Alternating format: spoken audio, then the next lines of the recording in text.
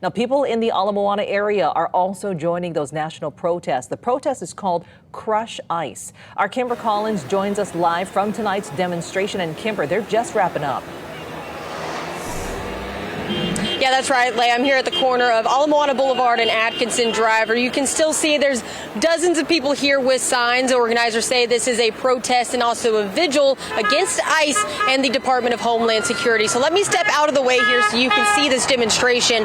This event is being organized by Hawaii J20 Plus and is part of what they say will be weekly demonstrations at this intersection, both to protest the federal immigration enforcement and to honor Renee Nicole Goode, who organizers say was killed in Minnesota during an encounter involving an ICE agent. Now, organizers here say this protest is about accountability and solidarity, especially with immigrant communities, while also acknowledging that law enforcement officials on the mainland have described the incident differently and say the investigation is ongoing.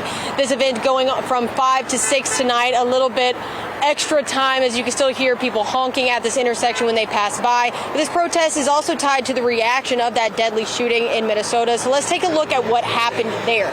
Organizers say Renee Nicole Goode was killed during an encounter tied to an immigration enforcement operation.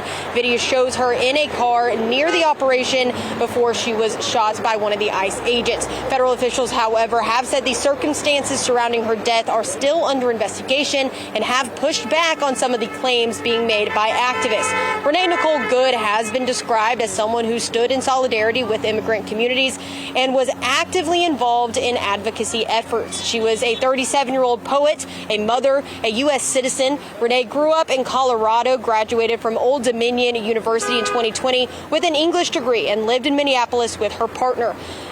Now, those holding vigils across the nation and also here tonight say they want her remembered not just for how she died, but what they say she stood for. And organizers here say this, again, is a weekly demonstration at this intersection to show their voices and stand against what they believe is inappropriate action by federal enforcement agents. However, the federal government still saying that it is under investigation. We'll have more on this protest and more information about the investigation as a whole coming up on Island News at 10. Reporting live, Kimber Collins, Island News.